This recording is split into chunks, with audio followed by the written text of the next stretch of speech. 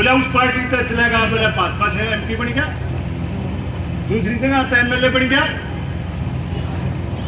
क्यों भाई धर्मवीर ने कोई लाई था कहता नहीं लाई ना, और आगे भी कौन ला रहे। श्रुति आपकी पार्लियामेंट के अंदर आवाज उठाती है, आप पूरी प्रोसीडिंग उठा के देख लो। हमेशा श्रुति ने आपकी बेटी, आपकी बहन है, भिवानी के लिए आवाज उठाई, भिवानी के काम करवाए। मैं ये कहता हूं भगवान करे श्रुति का मैडम के मारी उम्र भी निकल आई जाए।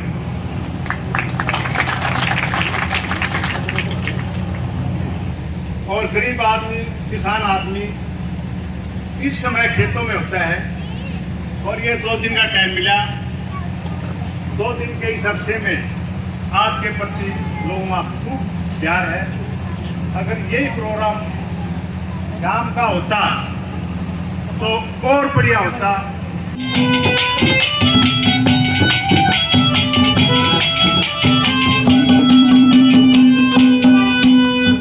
हरियाणे के नर नारी, हरियाणे के नर नारी, हरियाणे के नर नारी, सुन लो बात हमारी, सुन लो बात हमारी।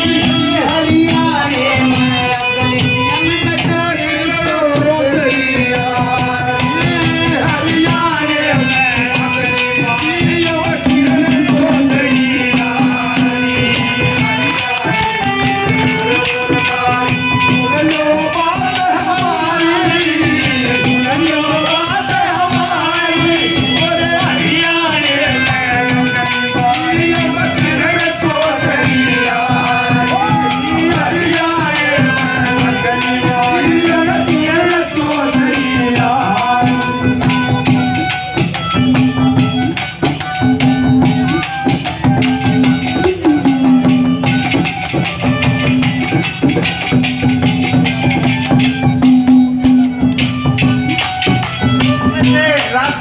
सर 500 रुपए से सुरेंद्र कांगड़ा जी मान सम्मान करते हैं। बार बार धन्यवाद है, धन्यवाद।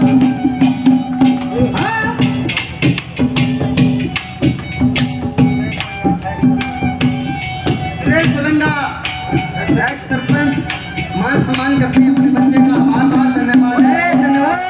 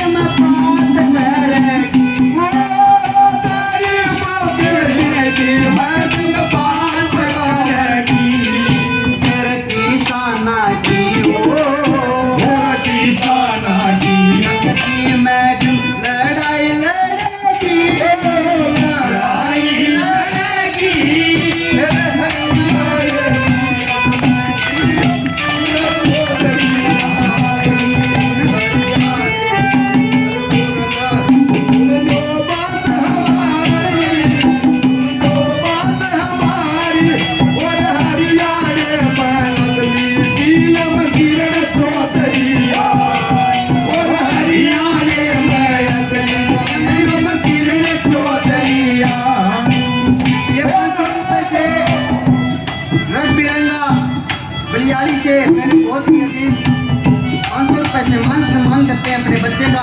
बार बार धन्यवाद है, धन्यवाद।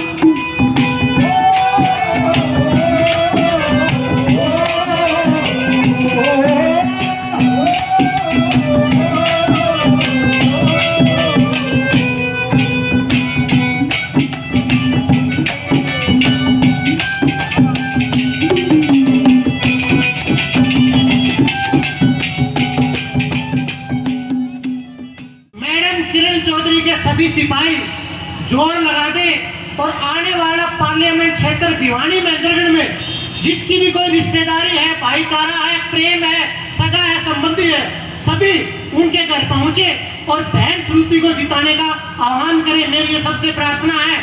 और मैं अब आप सबके नेता भावी मुख्यमंत्री मैडम किरण चौधरी जी से कहता हूं कि मैडम, हमारा दुर्भाग्य है कि भवानी खेड़ा क्षेत्र पार्लियामेंट हिसार में चला गया। जब आपके साथ ये पार्लियामेंट क्षेत्र होता था, किरण चौधरी मुख्यमंत्री मैडम किरण चौधरी जिंदाबाद। हमारे वकील साहब और आप लोगों के बहुत ही चहेते रघुवीर रंगा जी मेरे साथ आए हुए और अपने भवानी खेड़ा के बहुत ही सक्षम एक मेरा ज़बरदस्त कार्यकर्ता आज़ाद धानक जी हमारे बीच में चौटाला साहब को छोड़कर कांग्रेस को ज्वाइन करा, जिन्होंने और बहुत तगड़ी हमारी महिला है सुमन कुंगड़ जी, हमारी शिमली देवी जी, रेणु बालाजी, राजकुमार सर हमारे बड़े बुजुर्ग जो हैं और जो इतना सारी बात यहाँ पर अपनी रख कर गए हैं, बलजीत जोगी जी, सुरेंद्र परमार जी, दीपेश जो अभी बहुत ही ऊर्जावान हमारा नौजवान बच्चा है, और डॉक्टर जय सिंह जी, विजेंद्र शर्मा जी, मंच सम्मानित मंच, और यहाँ बैठे हुए मेरे सामने बलियाली गांव के बहुत बहुत पूजनीय बुजुर्गों, आदर के योग भाइयों और बहुत बहुत बहुत प्यारी मेरी माताओं बहनों। मुझे मालूम है कपास चुनने के लिए सारा गांव आधा तो गया हुआ है, फिर भी आप अपना काम धंधा छोड़कर यहाँ आए हैं मुझे सुनने के लिए। तहे दिल से मैं आप सबका बहुत बहुत धन्यवाद करती हूँ। रंगा साहब ने टाइम मांगा था, लेकिन समय यही था क्योंकि मुझे वापस राजस्थान भी जाना है। आप जानते हैं चुनाव सामने है, युगल चुनाव का बच चुका है वहाँ पर, और उधर भी जिम्मेदारी बहुत है। तो अब ये 2 दिन के अंदर इन्होंने कहा कि मैडम यहाँ तो अभी कपास की चुनाई हो चुनाई हो रही है, अभी रहने दीजिए, लेकिन जब आप समय ही अब है तो मैं करूँगा, तो इसलिए मैं आपके बीच में आज यहाँ पर आई। भवानी खेड़ा हल्का जो है, मैं दिल्ली की राजनीति में थी, लेकिन भवानी खेड़ा के बारे में हमेशा से चौधरी सुरेंद्र सिंह जी के मुंह से, चौधरी बंसीलाल जी के मुंह से यही सुना करते थे कि हमारा सबसे चहेता हल्का अगर है तो वो भवानी खेड़ा।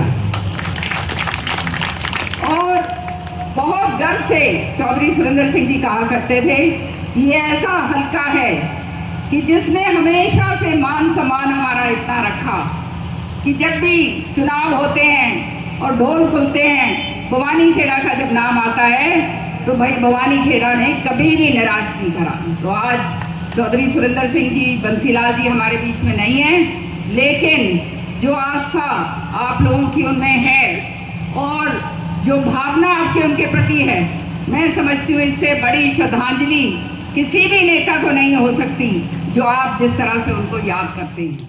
ये बहुत ज़्यादा ज़्यादती हमारे भिवानी के साथ हुई, बहुत मैंने लड़ाई लड़ी उस समय, लेकिन आप जानते हो चौधरी सुरेंद्र सिंह जी चले गए थे, बंसीलाल जी चले गए थे, और हर एक के दिमाग में ये बात थी कि ये भिवानी को किस तरह से खराब करा जाए, इनको तोड़ दो, अलग अलग ये जो है ना भागों के अंदर इनको बांटो ताकि इकट्ठा काम ना हो सके।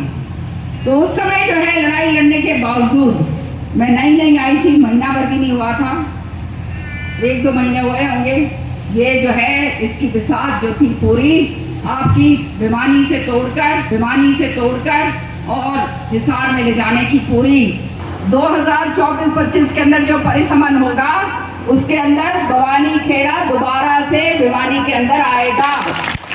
मैंने यही कोशिश करी लोगों को आगे लेकर जाना, तो वो लड़ाई जो मैं लड़ रही हूँ वो मुझे लड़नी पड़ेगी, और आप लोगों का अगर सहयोग होगा तभी केवल वो उस लड़ाई में मैं सफल हो सकती हूँ।